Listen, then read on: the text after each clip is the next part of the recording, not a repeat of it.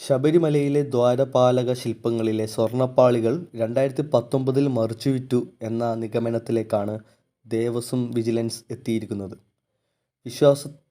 വിശ്വാസത്തിന് കോടികളുടെ വിലയിട്ട് നടത്തിയ കച്ചവടമാണെന്നാണ് വിവരം. ദേവസ്വം വിജിലൻസ് വെള്ളിയാഴ്ച ഹൈക്കോടതിക്ക് റിപ്പോർട്ട് സമർപ്പിക്കും. ഉണ്ണികൃഷ്ണൻ പോറ്റിയാണ് തിരിമറിക്ക് പിന്നിലെന്ന ആരോപണവുമായി ദേവസ്വം ബോർഡ് സംസ്ഥാന പോലീസ് മേധാവിക്കും പരാതി നൽകിയേക്കും. സ്വർണ്ണപ്പാളികൾ കേരളത്തിനു വെളിയിൽ ആർക്കോ നൽകിയെന്നാണ് സൂചന. പാളിയുടെയോ സ്വർണത്തിൻ്റെയോ വിപണിയിലെ വിലയല്ല ഇതിന് പ്രധാനം. ശബരിമല ശ്രീകോവിലിൻ്റെ ഭിത്തിയിലെ ശില്പങ്ങളുടെ പാളി എന്ന നിലയിലെ അമൂല്യമായൊരു വസ്തുവാണിത്. ഇത്തരം വസ്തുക്കൾ എന്തു വില നൽകിയും വാങ്ങി വീട്ടിൽ സൂക്ഷിക്കുന്ന ചിലരുണ്ട്. അവരിൽ നിന്ന് വൻ തുക വാങ്ങി ഉണ്ണികൃഷ്ണൻ പോറ്റി കൈമാറിയിരിക്കാമെന്നാണ് നിഗമനം.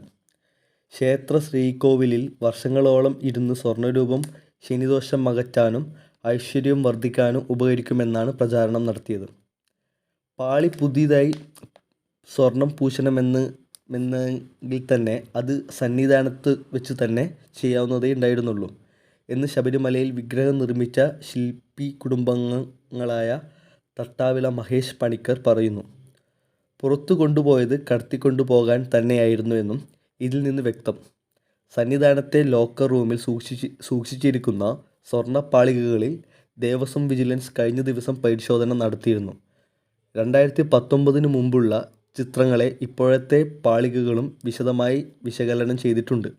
ഈ പരിശോധനയും പാളികൾ മാറ്റിയെന്ന നിഗമനത്തിലേക്ക് എത്തിക്കുന്നു. പുതിയ പാളികൾ പഴയതുമായി ചില അളവ് വ്യത്യാസങ്ങൾ ഉണ്ടെന്നും സൂചനയും നൽകിയിട്ടുണ്ട്.